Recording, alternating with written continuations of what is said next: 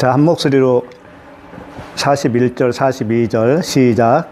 또 누구든지 너로 억지로 오리를 가게 하거든 그 사람과 심리를 동행하고 내게 구하는 자에게 주며 내게 꾸고자 하는 자에게 거절하지 말라. 자, 오늘 이 말씀도 한번 딱 읽었을 때 무슨 뜻인지 금방 이해가 가죠? 억지로 오리를 가게 하면 심리를 가지고 구하면 주고 꿔달라고 하면 거절하지 말아라. 돈 꿔달라고 하면 거절하지 말고 꿔줘야 되잖아요. 예. 이제 이 말씀뿐만이 아니고 계속 우리가 봐왔듯이 그런 말씀이 아니었다라는 걸 이제 알고 있죠. 예. 그래서 이게 예수님은 항상 비유로 말씀하셨어요. 비유라고 했을 때 비유는 파라볼레라는 단어인데 파라는 옆에 볼레는 던지다 그런 뜻이에요. 파라볼레. 그러니까 뭔가 진짜를 설명하기 위해서 옆에 뭔가를 던져 놓은 거예요. 그걸 보고 진짜를 알아먹는 사람이 있고 그걸 보고 그걸 붙들고 사는 사람이 있고 두 종류로 나눠지거든요. 그렇게 하기 위해서 주님의 의도성이 있는 것이죠. 그래서 이 마태복음 13장 가니까 이제 찾지 마시고 제가 읽어드릴게요. 귀 있는 자는 들으라 하시니라 하시면서 제자들이 예수께 나와 이르되 어찌하여 그들에게 비유로 말씀하시나이까. 무릇 있는 자는 받아 넉넉하게 되되 없는 자는 그 있는 것도 빼앗기리라. 이런 말씀하셨고 그러므로 내가 그들에게 비유로 말하는 것은 그들이 보아도 보지 못하며 들어도 듣지 못하며 깨닫지 못함이니라. 이사야의 예언이 그들에게 이루어졌으니 일러스되 너희가 듣기는 들어도 깨닫지 못할 것이요 보기는 보아도 알지 못하리라.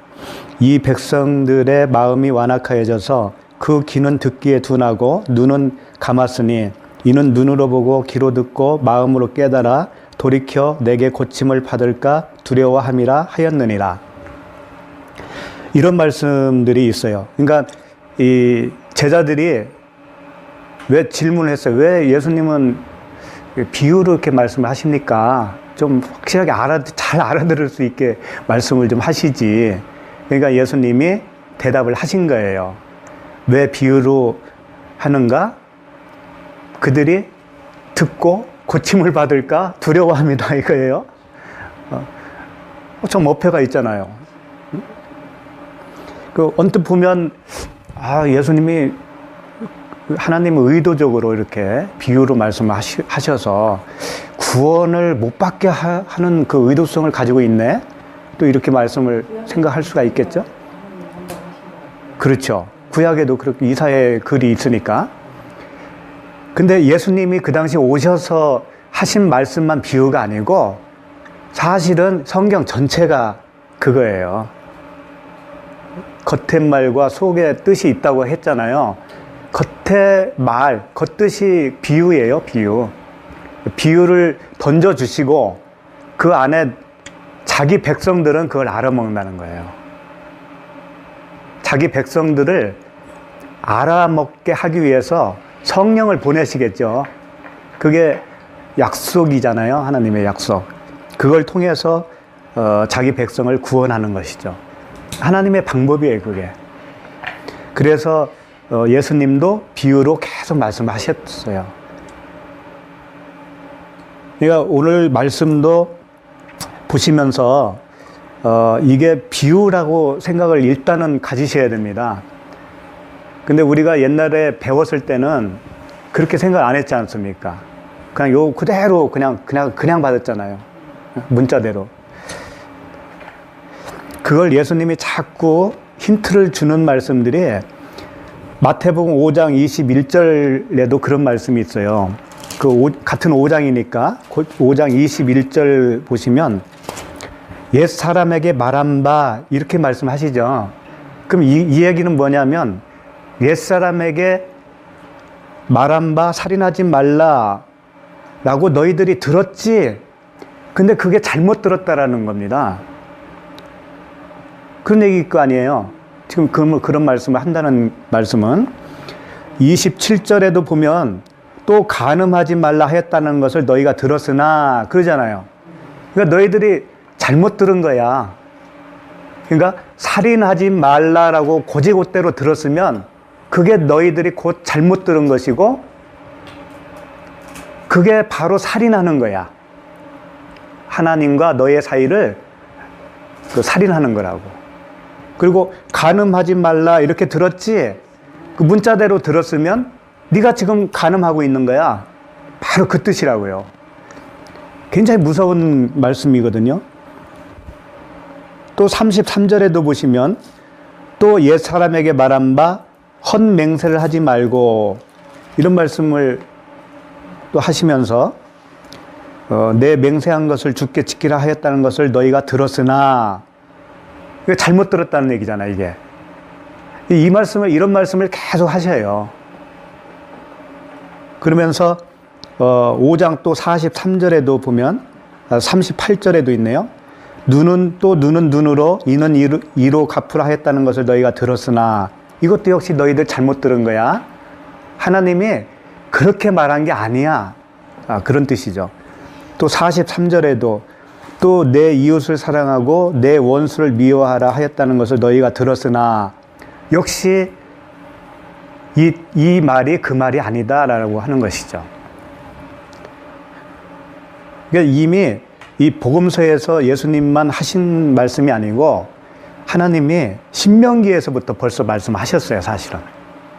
신명기 그 11장 26절 보면은요, 내가 오늘 복과 저주를 너희 앞에 두나니 하시면서 내가 하는 말을 잘 들으면 복이고 듣지 않으면 저주다 이렇게 얘기하셨다고요. 그건 뭐냐면 하시는 말씀을 안 들을 사람은 없잖아요. 다 듣는다고요. 이스라엘 백성들 광야에 모아놓고 다 말씀을 하셨으니까 들었겠죠? 그 말은 액면 그대로 들었느냐 그런 뜻이 아니고 말귀를 알아들었느냐 못 알아들었느냐 그걸 말씀을 하신 거예요. 그러니까 말귀를 잘 알아들으면 그게 복이고 말귀를 못 알아들으면 저주다. 신명기에서 벌써 그 말씀하셨다니까요. 똑같은 맥락에서 예수님도 지금 말씀하시는 거예요. 너희들이 들은 것이 그렇게 들었다면 그건 잘못 들은 거야. 잘못 들었던 너희들의 그 선조들이 저주를 받았냐 복을 받았냐. 저주를 받았어요. 결국은 멸망했잖아요. 잘못 들었으니까. 그러니까 우리도 잘못 들으면 어떻게 되겠어요? 똑같아요. 우리도 네. 똑같은 운명에 처하죠. 그러니까 그런 면에서 항상 말씀을 대하는 게 중요하죠. 그러니까 이 잘못 들은 사람들은요 항상 현상적으로 어떻게 나타나냐면 내가 하는 사람이 되는 거예요. 내가 하는 사람, 내가 주체가 되고 내가 주인이 되고 내가 뭔가 이렇게 잘 만들어서 하나님께 보여드리고 결과를 보여드리는 거, 그게 율법주의자죠. 그렇지만 내가 말귀를 잘 알아들으면 어떻게 돼요? 나는 할 수 없어요가 되죠. 그렇죠? 말귀를 알아들으면 들을수록 나는 할 수 있는 존재가 아니네. 바울이 가면 갈수록 죄인 중에 괴수네 라고 했던 그것과 똑같은 거거든요. 그래서 설교도 그런 맥락으로 보면 알아요. 우리 그 인간이 가지고 있는 어떤 죄성을 자극해서, 죄성이라는 게 뭐 다른 게 아니고 그 열정을 일으켜서 우리가 뭘 해냅시다. 열심히 해서 하나님께 영광 돌립시다. 그런 형태로 설교를 하면 그것도 역시 말귀를 못 알아들은 사람이고 또 그 말씀을 듣고 아멘 아멘 하고 있는 사람들도 역시 같은 종류가 되는 거죠. 오늘 말씀을 이렇게 보면은요, 41절 보시면 또 누구든지 너로 억지로 우리를 가게 하거든 그 사람과 심리를 동행하고 할 때 일단 오리라고 하는 거 있죠. 오리는 어떤 거리를 얘기하는 거지 않습니까? 근데 이건 이제 번역된 한글이에요. 오리라고 하는 것은 오리라고 하는 그 거리 그 단위를 그 나라에서는 안 썼을 거 아니에요. 똑같이. 그렇죠? 그러면 그 당시 헬라어로 오리라고 되어 있는 그 단어가 뭔가 보니까 밀리온이라고 되어 있어요. 밀리온. 밀리온은 천이에요. 천. 천인데 어디서 나왔냐면 지금 성경 통틀어서요. 이 오리라고 되어 있는 이 단어는 여기 딱 한 번만 나와. 한 번만. 마태복음 5장에서. 이 오리 밀리온은 로마의 천보를 이야기하는 거예요. 천걸음. 천걸음에 해당되는 어떤 그 길이, 거리를 밀리온이라고 이렇게 표기를 했어요. 그러니까 누군가가 그 천걸음을 가자 한다는 얘기죠. 천걸음. 그것을 그 키로로 환산을 하니까 몇 킬로가 되는가 하면 2킬로가 좀 안 돼요. 1.5, 6킬로 이렇게 돼요. 그러면 오리가 거기서 나온 거예요. 심리가 4킬로니까 오리는 2킬로잖아요. 그러니까 2킬로가 좀 못 되지만 아예 그냥 2킬로 정도로 잡고 오리라고 하자. 그렇게 해서 이렇게 번역을 했다는 거죠. 그 다음에 심리를 동행하고 할 때 심리는 원어에는요 어떻게 되어 있냐면 듀오라고 되어 있는데 듀오가 둘이잖아요. 둘로 되어 있어요. 둘. 근데 왜 심리라는 말이 나왔을까? 그렇지. 오리의 두 배니까 심리. 이렇게 번역을 했다니까요. 그럴듯하죠. 근데 그런 것을 머릿속에서 이제 지워야 될 때가 올 거예요, 이제. 이걸, 단지 그 오리를 그러니까 오리 이제 일천보죠, 일천보.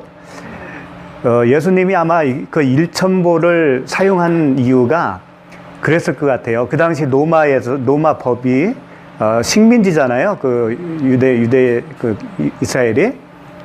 그러니까 이스라엘 사람들을 볼 때 로마인들은 누구든지 요구할 수 있는 권한을 부여한 거예요. 그러면 길 가다가 자기가 뭔가 무거운 걸 들고 가는데 힘이 좀 어려우니까 지나가는 유대인을 보면 이리 와. 나하고 좀 이거 들고 좀 가자. 이렇게 할 수 있는 권한이 있다라는 거예요. 근데 그게 천보까지 허용이 된다는 거죠.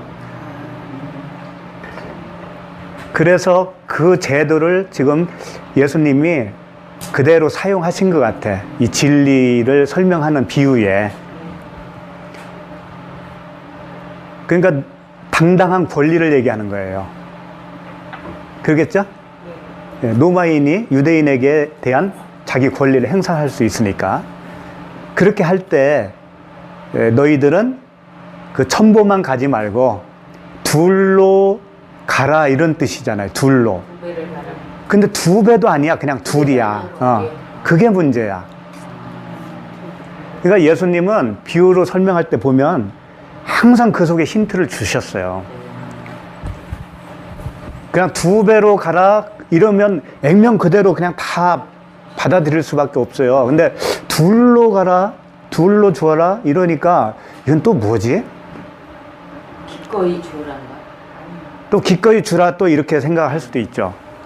그래서 일천은요, 일천보를 말하면서도 동시에 이 일천이라고 하는 밀리온 뜻이 하나라는 뜻이야. 하나라는 뜻이라고, 하나. 그 밀리온이. 일천이라고 하는 하나. 천이라고 하는 하나. 우리 1000년 동안 왕노릇하리라 그런 얘기가 자꾸 나오잖아요. 그 1000년은 꼭 그 1000년이라고 하는 기간을 얘기하는 게 아닙니다. 어떤 한 기간. 응? 무엇에 해당되는 한 기간을 설명할 때 그 1000년이라고 썼어요. 그랬을 때 그 하나, 그러니까 하나를 요구한다, 누군가가. 그런 얘기죠.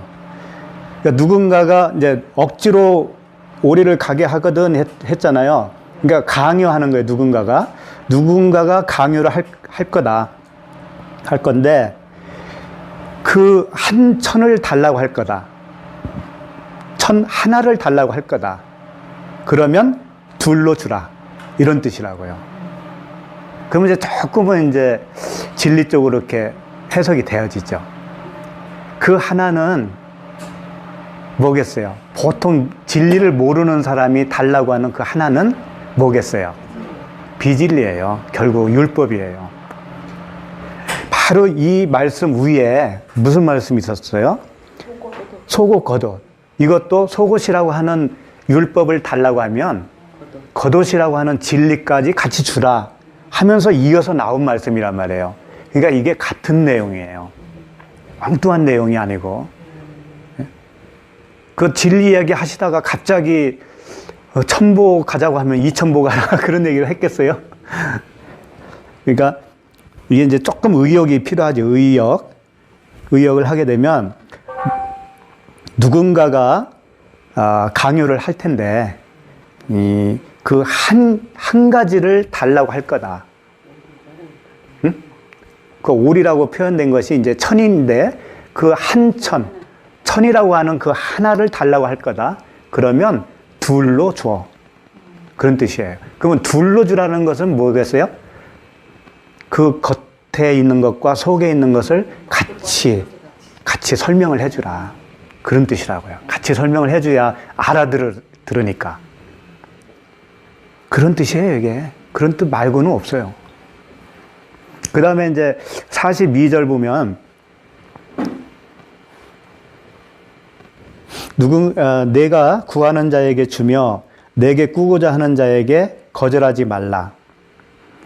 이것도 액면 그대로 우리에게 뭔가 빌려달라고 하면 이렇게 빌려주고 그런 말씀이 아니라 여기서 내게 구하는 자에게 주며 할 때 이 구한다고 하는 것은 어떤 단어냐면 아이테오인데요. 구하라, 찾으라, 두드리라 할 때 그때 나오는 그 구함. 성령을 구하는 거. 자식에게 좋은 걸 줄 줄 알거든 하나님이 하물며 좋은 걸 주지 않겠느냐, 성령을 주시지 않겠느냐 할 때. 그러니까 구하는 자는 잘 모르고 구하는 거예요. 그러나 막연히 그 어떤 생명을 구하고 있는 거예요. 잘은 몰라도. 그게 누군가 하면 이 에디오피아 간다게, 여왕 간다게의 그 내시가 뭘 이렇게 보다가, 글씨를 보다가 궁금해 하죠. 그때 성령님이 빌립을 보내잖아요. 빌립이 보내서 이제 만나게 해서 빌립이 복음을 전하게 하잖아요. 그때 이제 그 내용을 쭉 잠깐 읽어 드릴게요. 그 내시가 빌립에게 말하되 청컨대 내가 묻노니 선지자가 이 말한 것이 누구를 가리킴이냐, 자기를 가리킴이냐, 타인을 가리킴이냐.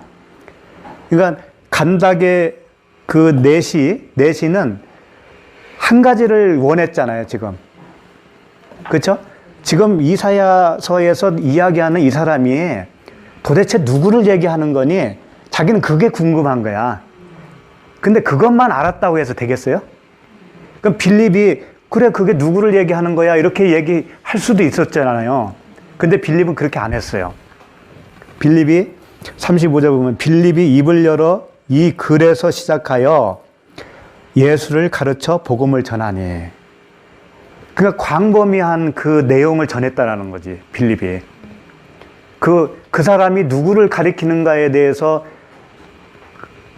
이름만 딱 던져주는 게 아니고 이 사람이 그 사람인데 왜 그럴 수밖에 없는가를 말씀을 통해서 가르쳤다라는 거예요, 빌립이. 그러니까 구하는 자는 자기가 궁금한 것만을 구할 수밖에 없잖아요. 그랬을 때 그 구하는 자에게 주며 할 때 주는 거, 그것은 빌립과 같이 주라는 얘기예요. 그러니까 이 구하는 자는 바로 하나님이 택하신 백성이겠죠. 그렇지 않고서는 구할 수가 없으니까. 그 내시가, 그 궁금함이 어디서 왔겠어요? 하나님이 넣어주신 그 궁금함이 있었겠죠. 거기서부터 시작이 되는 거죠. 그리고 빌립을 보내서 전하게 만들고. 구하는 자가 있다라는 거죠. 구하지 않는 자에게는 주면 어떻게 되겠어요? 그렇죠. 예. 그러니까 구하는 자에게 주라는 얘기예요. 아무나 주는 게 아니고. 준비가 된 자한테 주는 거예요. 심령이 가난한 자에게. 그리고 내게 꾸고자 하는 자에게 거절하지 말라. 이 꾼다는 것도요, 어떤 나에게 어떤 뭐 돈을 빌린다든가 그런 얘기가 아닐 거 아니겠어요. 진리와 관계된 이야기니까. 이것을 예수님이 비유를 한번 설명한 적이 있었어요. 밤중에 친구가 찾아왔는데 떡이 없어. 그래서 이제 자기가 또 아는 친구에게, 친한 친구에게 가서 떡을 밤중에 다 자려고 하는 그 시간에 떡을 달라고 했잖아요. 그때 그 집 주인이 뭐라고 했냐면, 친구 관계로서는 내가 줄 수 없다, 이 시간에. 그런데 간청으로 인해서는 내가 주겠다. 그런 말을 했죠. 여기 보면 내가 이제 해왔는데 한번 읽어볼게요. 또 이르시되, 너희 중에 누가 벗이 있는데 밤중에 그에게 가서 말하기를, 벗이여 떡 세 덩어리를 내게 구워달라. 구워달라고 그러잖아요. 그러면서 이제 좀 내용이 긴데 생략하고, 내가 너희에게 말하노니 비록 벗됨으로 인하여서는 일어나서 주지 아니할지라도 그 간청함을 인하여 일어나 내 그 요구대로 주리라 그랬는데, 이 간청이 문제예요. 그 말씀 한번 드렸을 거예요. 간청이 이제 아나이데이아라고 하는 단어인데, 부끄러움이 없음 이런 뜻이에요. 그렇지. 부끄러움이 없고 뻔뻔스러움. 이렇게. 그러니까 부끄러움이 없이 구하는 거, 뻔뻔스럽게 구하는 거. 그러니까 하나님과 우리 사이는 그런 관계라는 거죠. 왜 그러겠어요? 하나님이 주신다고 미리 먼저 약속을 하셨거든요. 우리가 약속을 한 건 아닌데 하나님이 하신 거거든요. 그러니까 하나님이 약속을 하셨다라는 의미는 우리에게 빚을 지고 있다라는 의미예요. 그러니까 우리는 그 빚 주세요. 나에게 빚진 거 그거 내놓으세요. 이렇게 요구할 수가 있다라는 거예요. 그것 때문에 주겠다라고 하는 거거든요. 그러니까 그런 식으로 꾸고자 하는 자, 역시 그 생명의 양식을 달라고 하는 자, 그 부끄러움 없이 달라고 하는 자에게는 뭐라고 그랬어요? 거절하지 말라. 이 거절하지 말라도 그러면 뭐 그냥 주지 말고 이렇게 거절하는 거, 그런 뜻보다는 네가 받은 은혜대로 줘라, 그런 의미가 있어요. 그러니까 진리를 줄 때 이렇게 왜곡시켜서 주지 마. 그렇게 진리를 좀 약화시켜서 좀 비진리와 이렇게 적당히 섞어가지고 그 사람 기분 좋게 그렇게 전하지 마. 그런 얘기예요.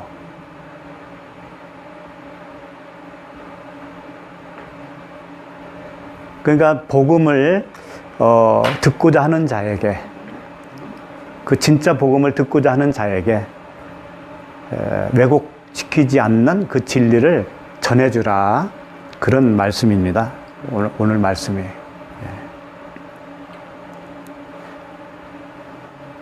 그러니까 읽어보면 읽어볼수록 다 그 어떤 윤리적이고 도덕적인 것은 아니에요.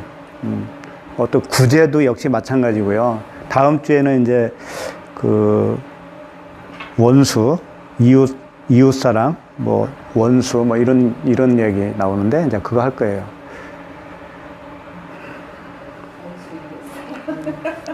그래서 오늘 깜짝 놀랐어. 아까 말. 다음 주에 하려고 했는데 이제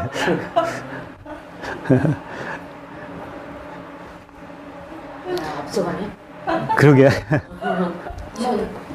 예지 상견이 있군.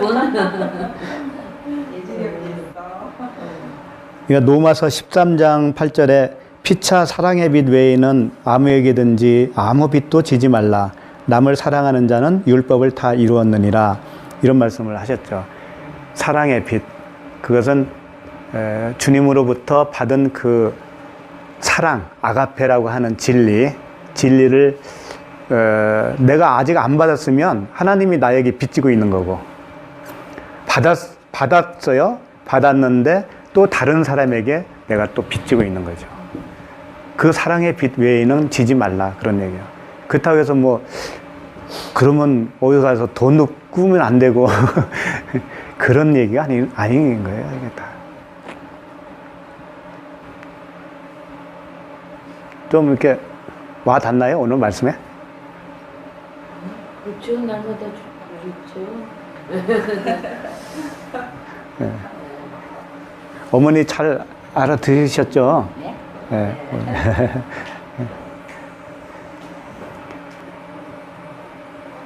그러면 이제 어떤 사람은 이런 질문을 하더라고요. 그럼 도대체 진리가 뭐냐? 진리를 한마디로 좀 요약해 줄 수 있느냐? 진리. 좀 설명하실 분 있나요? 진리가 예수 그리스도. 그렇지, 예수 그리스도야. 그건 아는데, 그걸 이게 와닿게 설명할 수 참 어렵죠. 진리가 뭐냐 이렇게 해. 그렇지, 하나님을 아는 거. 그러면 이제 또 그렇게 얘기하면 교회 다니는 사람들 하나님 모른다는 사람이 어디 있겠어요? 왠지 버섯도 얘기가 시작돼야지. 진리가. 자신이 네. 자신은 생명이 없는 죽은 존재인데 예. 하나님이라는 그분이 예. 우리와 하나가 돼서 예. 생명을 주신다. 상조되는 제 창조의 상태. 생명을 주신다. 네. 생명을 얻는 거죠. 생명을. 그렇죠. 한마디로 얘기하면 죽어야 산다가 진리라고 표현할 수가 있을 것 같아요. 죽어야 산다. 그러면 이제 거기서 이제 여러 가지가 이제 나오겠죠. 설명이 필요하죠. 지금 좀 설명한 것도 맞는 얘기고. 그러면 죽는 게 어떻게 죽는 거요? 또 질문하잖아요. 그러니까 이제 모르니까 질문하는 거예요. 그런 사람은 벌써 모르는 거야. 모르고 있다라는 것은 아직 안 죽었다는 얘기고. 그거예요. 간단한 거예요. 간단한 거예요. 내가 없음이 되면 있음이 되는 거예요. 내가 밤이 되면 아침이 되는 거고. 근데 내가 빛이다라고 우기고, 내가 낮인데 내가 있음이야 라고 우기는 사람들은 고침받을 수가 없다고요. 진리를 모르는 거예요, 그게.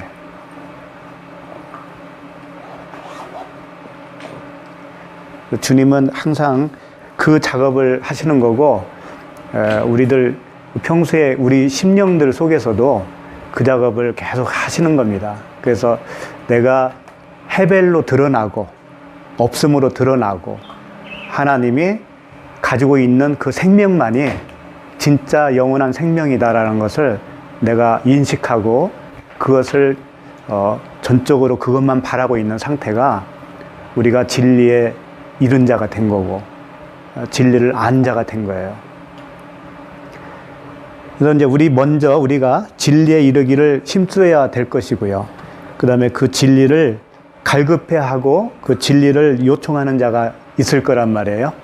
그들에게 전해줄 때 두 가지로 전해주는 거예요. 율법과 진리를 같이 설명해서 듣는 자가 잘 깨달을 수 있도록 그렇게 진리를 넘겨줄 수 있는 자가 다 될 수 있도록 되기를 바랍니다.